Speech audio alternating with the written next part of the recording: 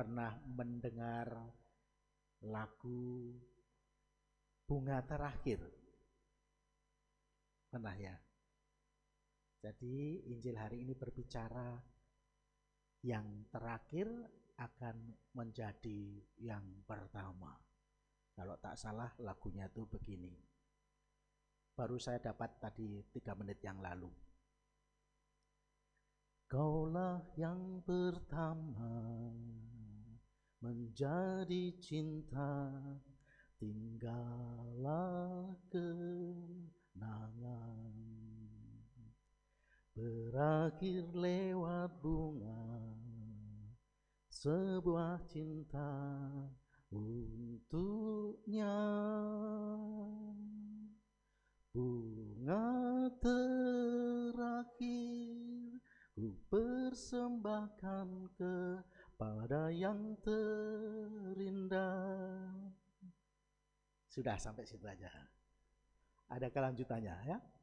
Intinya yang terakhir akan menjadi yang pertama akan menjadi yang terakhir. Dan penyanyi aslinya sepertinya mengalami kisah yang seperti itu. Saya berani menyanyi, tidak takut kena royalti dan lain sebagainya, karena tidak bersifat komersil dan tidak ada yang mengedarkan kotak sumbangan. Jadi aman ya menyanyikan lagu ini ya. Bunga yang terakhir dipersembahkan kepada yang terindah. Yang terakhir akan menjadi yang pertama. Yang terakhir akan menjadi yang terindah. Seperti sabda Tuhan tadi mengatakan, sesungguhnya ada orang yang terakhir yang akan menjadi orang yang pertama, dan orang yang pertama yang akan menjadi orang yang terakhir. Saya juga punya kisah. Yang terakhir menjadi yang pertama, dan itu yang terindah. Waktu saya SMA, sekolah saya itu lantai 2. S1 di SMA itu lantai 2, SMP itu lantai 1. Pada waktu itu aku tidak diperhitungkan sebagai cowok-cowok keren di sepanjang lorong sekolah lantai 2 itu. Saya tidak masuk hitungan lah. Tidak masuk hitungan karena saya cupu dan culun katanya. Jadi tidak masuk hitungan. Nah, biasa setiap istirahat siang, teman-teman pada melongok ke jendela dan melihat ke bawah untuk melihat anak-anak SMP yang jalan ke sana kemari, dicari yang kece-kece ya. Nah, waktu itu pertama anak seorang pengusaha aspal. Waktu itu masih kelas C, sekarang mungkin sudah, tetapi sudah hebat pada waktu itu. Dia tengok ke bawah, lalu sepertinya tidak ada sesuatu yang menggembirakan dia. Lalu dia memanggil temannya yang kedua. Ini anak seorang tuan tanah, atletis bodinya, karena dia pemain voli. Lalu dia juga tengok ke bawah, dan sepertinya juga tidak ada harapan untuk yang kedua ini. Akhirnya mereka berdua memanggil saya sebagai yang terakhir untuk menengok ke bawah. Lalu saya tengok ke bawah, apaan sih yang dilihat di bawah? Ternyata ada cewek keren SMP berambut pendek, tetapi tidak ada di sini ya. Nah, tengok. Lalu salah seorang teman itu berkata, kamu pilih yang mana? Dan cewek itu memberi tanda, simbol. Dia cuma menunjukkan begini. Gini. Jadi yang dipilih yang pakai kacamata. Yang pakai kacamata siapa? Yang pakai kacamata adalah yang terakhir tadi. Dan dia dipilih sebagai yang pertama. Dari yang anaknya pengusaha aspal, dari tuan tanah, anaknya tuan tanah dan jago voli, yang dipilih adalah yang pakai kacamata yang tidak punya apa-apa. Nah, pengen tahu kisah selanjutnya? Pengen tahu? Kok kepo sih? Nah, selanjutnya akhirnya ditemuilah sama si kacamata, si cewek itu, dan ngobrol dari hati ke hati. Lalu kan yang cowok kacamata ini, saya mau ngomong gue gitu gak enak itu. Yang cowok kacamata itu penasaran, kok dia milih yang kacamata, bukan yang anak pengusaha aspal dan anak tuan tanah. lalu dia cuma menjawab 3 hal. Katanya yang pakai kacamata itu pertama rendah hati. Betul, rendah hati sepertinya sih betul ya. Karena saya juara 1 terus, jadi sudah biasa juara 1 sehingga bukan sesuatu yang luar biasa. Jadi rendah hati, betul. Lalu yang kedua, mengatakan bahwa yang pakai kacamata itu mengandalkan Allah. Dan itu sepertinya betul juga.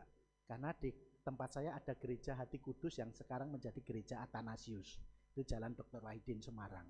Saya sebelum masuk sekolah pasti saya visitasi untuk menghadap sakramen Maha Kudus dan berdoa. Sepertinya dia mengamati itu. Dan yang ketiga, kenapa tertarik sama yang pakai kacamata? Karena yang pakai kacamata itu hobinya melayani.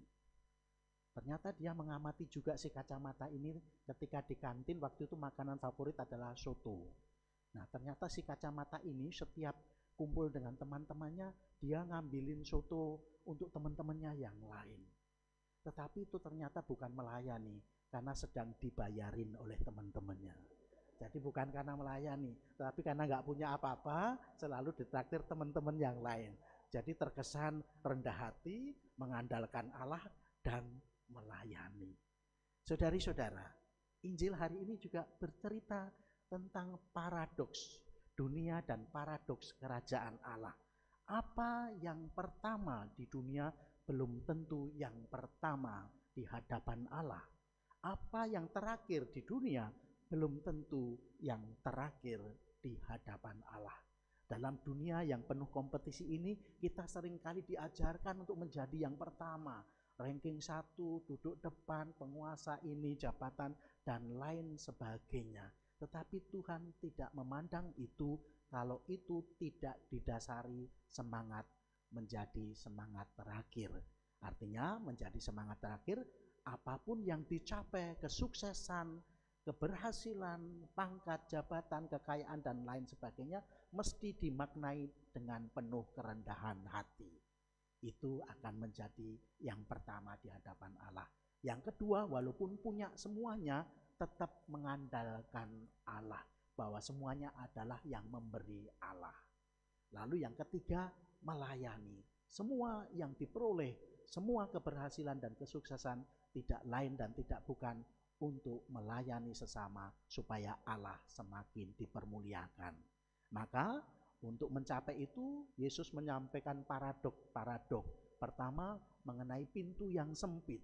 Pintu yang sempit adalah pintu yang sulit untuk dilalui. Artinya untuk menjadi rendah hati, untuk melayani, untuk mengandalkan Allah itu bukan sesuatu yang biasa. Itu sesuatu yang luar biasa. Itu bukan sesuatu yang mudah, tetapi itu butuh perjuangan. Lalu selanjutnya Tuhan mengatakan dari situ semua bahwa keselamatan itu pertama-tama dan utama adalah anugerah Allah. Bukan karena jasa-jasa dan perjuangan kita, tetapi pertama-tama dan utama adalah karena anugerah Allah, pemberian dari Allah. Maka berbahagialah kita semua karena kita boleh mengimani Yesus yang memberikan keselamatan kepada kita semua yang tidak mempunyai jasa-jasa yang cukup untuk memperoleh kerajaan Allah. Kalau tidak karena belas kasih Tuhan Yesus sendiri melalui peristiwa sengsara, wafat, dan kebangkitannya. Oleh sebab itu, saudara-saudari, menjadi permenungan bagi kita. Apakah kita terlalu fokus menjadi yang pertama di dunia, mengejar kekuasaan, kekayaan, dan pengakuan? Atau apakah kita berjuang untuk menjadi yang terakhir di mata dunia dengan melayani, mengandalkan Allah, dan menunjukkan kerendahan hati?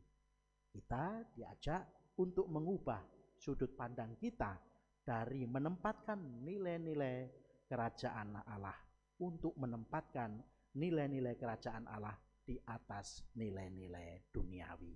Kerendahan hati, melayani, dan mengandalkan Allah adalah kunci untuk menjadi yang pertama di mata Tuhan. Tuhan memberkati. Amin.